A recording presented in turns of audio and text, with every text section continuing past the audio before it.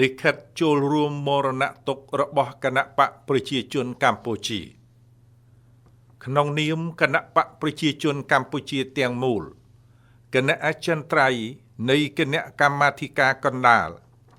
សូមសម្ដែងនៅទុក្ខក្រៀមក្រំប្រកបដោយក្តីក្តុកក្តួលបំផុត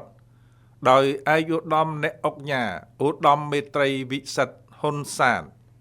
សមាជិកគណៈកម្មាធិការកណ្ដាលគណៈបកប្រជាជនកម្ពុជា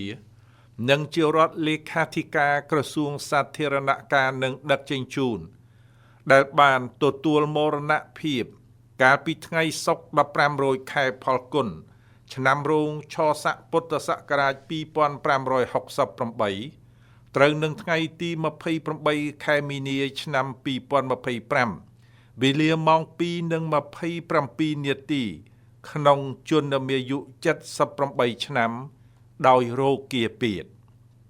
ក្នុងវេលាប្រកបដោយសមានទុក្ខដ៏ក្រៀមក្រំនេះគណៈអចិន្ត្រៃយ៍នៃគណៈកម្មាធិការកណ្ដាល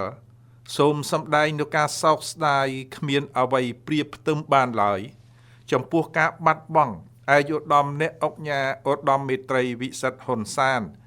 ដែលជាឥស្សរជនដ៏ឆ្នើមមួយរូបធ្លាប់បានធ្វើពលិកម្មគ្រប់បែបយ៉ាងដើម្បីជាតិសាសនាព្រះមហាក្សត្រនិងគណបកប្រជាជនកម្ពុជាវីរភាពឧត្តមគតិសេចក្តីក្លាហានគុណបំណាច់និងស្នាដៃរបស់ឯកឧត្តមអ្នកឧកញ៉ាឧត្តមមេត្រីវិសិទ្ធហ៊ុនសានត្រូវបានប្រវត្តិសាស្ត្រកម្ពុជាកត់ត្រាទុកជារៀងរហូតតរៀងទេគណៈអចិន្ត្រៃយ៍នៃគណៈកម្មាធិការកណ្ដាលសូមចូលរួមរំលែកនៅមរណទុក្ខដោយក្តីសោកសង្រេងបំផុតជាមួយសម្ដេចអគ្គមហាសេនាបតីតេជោហ៊ុនសែននិងសម្ដេចគតិព្រឹទ្ធបណ្ឌិតប៊ុនរ៉ានីហ៊ុនសែនព្រមទាំងក្រុមគ្រួសារនៃសពហើយសូមបួងសួងឲ្យវិញ្ញាណក្ខន្ធរបស់ឯកឧត្តមអ្នកឧកញ៉ាឧត្តមមេត្រីវិសិទ្ធហ៊ុនសានបានទៅកាន់សុគតិភពកុំបីខានឡើយថ្ងៃសុក្រ15រោចខែផលគុណឆ្នាំរោងឆស័កពុទ្ធសករាជ2568រាជធានីភ្នំពេញថ្ងៃទី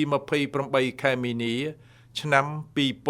2025គណៈអចិន្ត្រៃយ៍នៃគណៈកម្មាធិការកណ្ដាលគណៈបកប្រជាជនកម្ពុជា